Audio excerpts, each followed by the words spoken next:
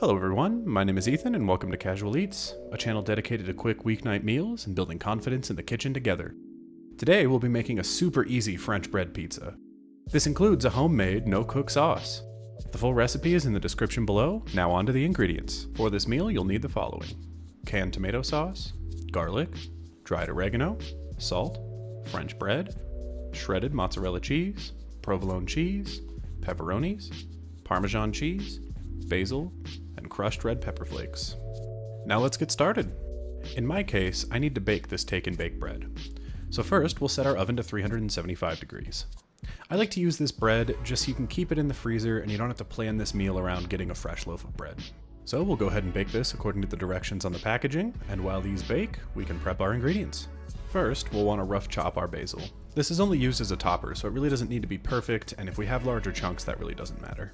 Next, I'm going to cut down these gigantic pepperonis that we got. I cut way too many of these, but we love pepperonis in this house, so I know they'll be eaten. With the basil and the pepperoni ready, we can start on our no-cook sauce.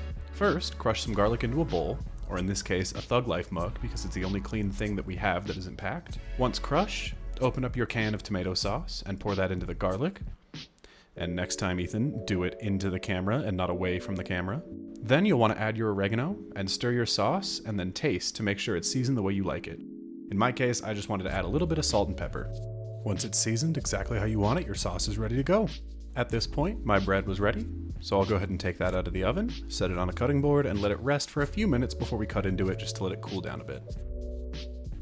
While we let the bread rest, we'll go ahead and set our oven to 425 degrees and we can shred our Parmesan cheese. You want to be sure to shred enough for the pizzas before you bake them, as well as a garnish for later. Now that our bread's had some time to rest, I'm going to go ahead and cut these things open. And since I'm using two smaller loaves, I am only going to cut them open and not in half, but if you do decide to go with a larger fresh piece of French bread, you'll also want to cut it in half.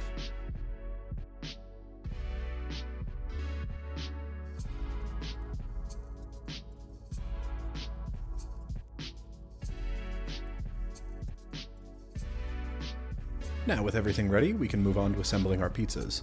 Before we do that though, I must add I put the foil down to assist with cleaning up the pan, but in all honesty it just made getting the pizzas off of the pan way more difficult. So next time I would recommend either skipping the aluminum foil altogether, or at least spraying it down with some cooking spray, or rubbing it with olive oil or something, but of course ours was packed away for our move, so I couldn't find it. But anyways, to make these pizzas, go ahead and spread your sauce evenly between all pieces of bread. Now that everyone's all sauced up, you'll want to go ahead and take your slices of provolone cheese and rip them in half, and add a couple slices to each piece of bread, and then I also took an extra piece of cheese and just ripped it up a bit to fill in that gap in the center.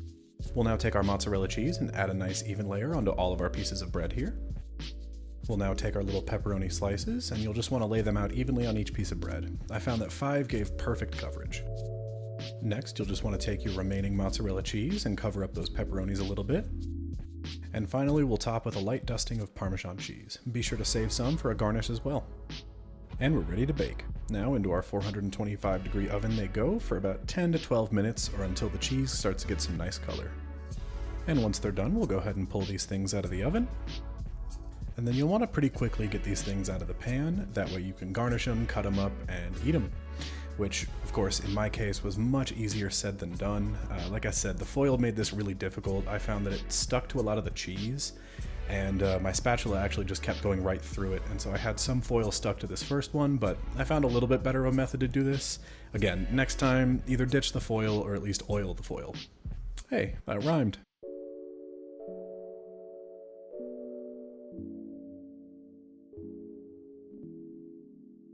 While they're still hot, we'll go ahead and separate them a little bit, and then you'll just want to garnish with your extra Parmesan cheese as well as your basil. Once you're done with the garnish, go ahead and let them rest for a few minutes before you cut into them. I use this time to take far too many pictures of these things.